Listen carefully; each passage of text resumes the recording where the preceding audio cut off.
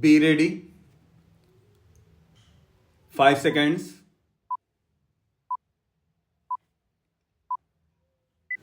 Start. Now, generally speaking, this political aspect of the Asian struggle is drawing to its natural and inevitable culmination.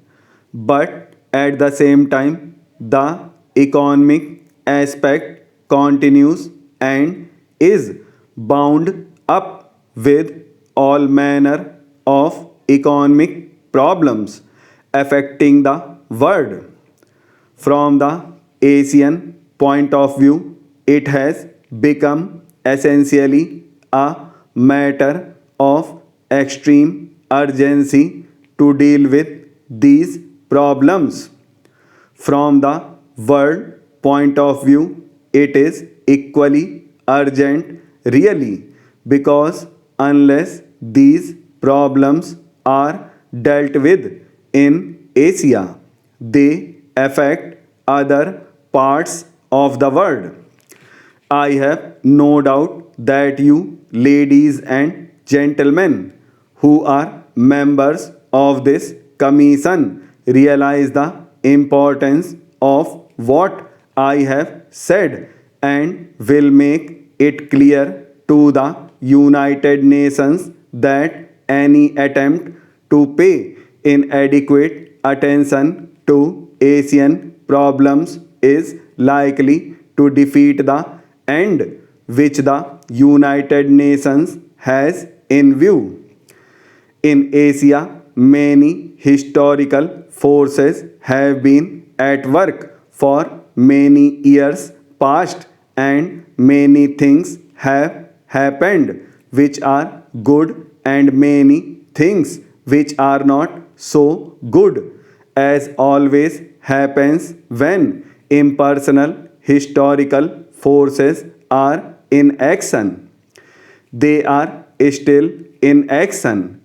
We try to mold them a little to divert them here and there, but essentially they will carry on till they fulfill their purpose and their historical destiny. That historical destiny can only be one of complete political and economic freedom within some kind of world framework. In Asia and the rest of the world, there are various systems at work, political and economic, in different countries.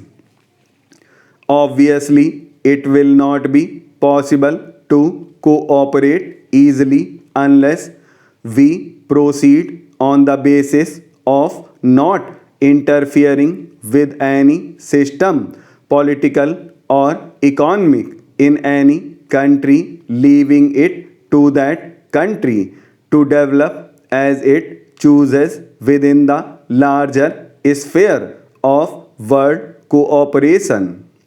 You can look upon the problems of Asia from the long term and the short term point of view. The short term problems demand immediate attention because of the urgency of solving some great difficulties. There is, for instance, the aspect of food. It is an extraordinary state of affairs that in a country like India or similar predominantly agricultural countries, we should lack food, or that we should not have a sufficiency in food. There is something obviously wrong if that kind of thing happens. I have no doubt in my mind that India, for its part, can and we will produce enough food for itself. Tomorrow will be the 31st anniversary of our independence.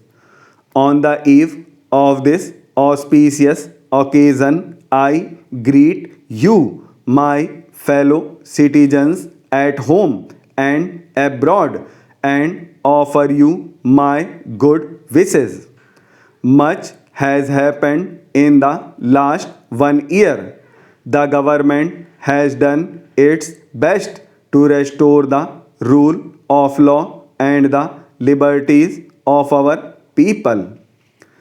I want to speak to you tonight not only of our achievements and aspirations, but also the unfulfilled tasks and the tormenting differences casting their ominous shadows on our national life. A country of India's dimensions with its missed opportunities and mounting challenges remains a nation in constant evolution. Despite its impressive strides in many spheres, it has been going through an endless self examining process trying to rediscover itself, shed the accumulated hangovers of the past, and keep pace with the complexities and compulsions of the present times. The tempo of this activity can be sustained only through stability, which is the very basis of survival. The country stands today at the critical crossroads of history, and any false turn could prove ruinous for the nation. In a democracy, there is always place for honest differences. The inherent right of dissent must not, however, be carried to the point of obstructing the democratic processes, blocking the proceedings of legislatures, carrying controversies to the streets, or indulging in the politics of denunciation and manipulation.